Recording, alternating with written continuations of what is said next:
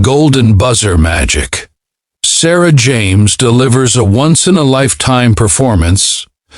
Sara James stood behind the heavy black curtains of the America's Got Talent stage, her hands trembling as she clutched the tiny silver locket her grandmother had given her.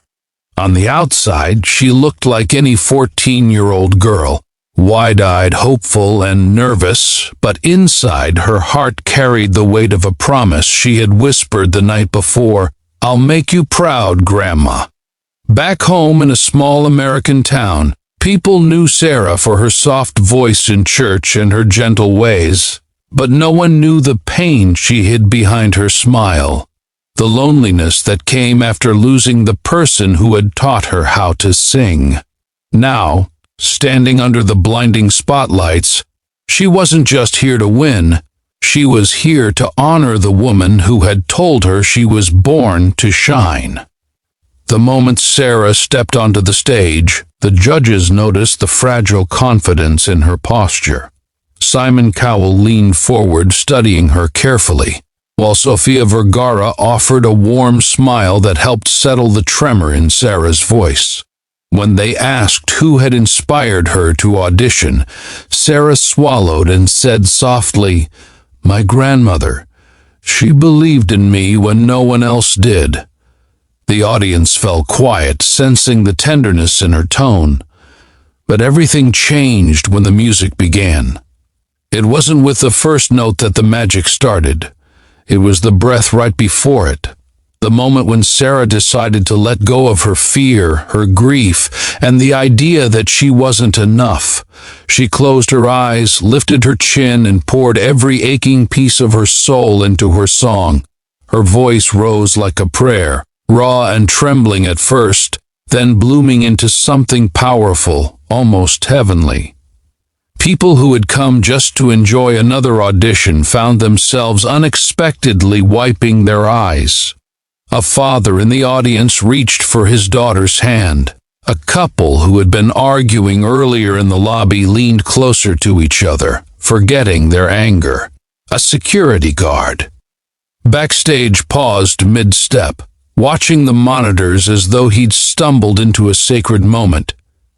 Even the camera crew, who had seen hundreds of performers, exchanged glances. There was something undeniably different in Sara's voice. It wasn't perfect, but it was real. It was human. It was healing. But halfway through the performance, something unexpected happened. Sara's voice cracked, not from weakness, but from the overwhelming surge of emotion. For a moment, she thought she'd ruined everything. Her eyes blurred with tears, and she almost stepped back, ashamed. But just then, something shifted. A lone voice from the audience called out softly, "You've got this," followed by another, "Keep going."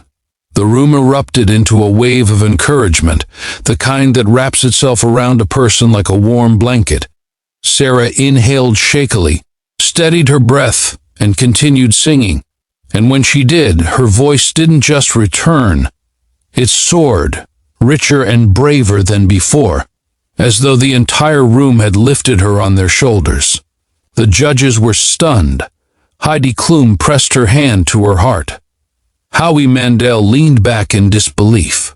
Simon's expression softened into something rarely seen, genuine admiration.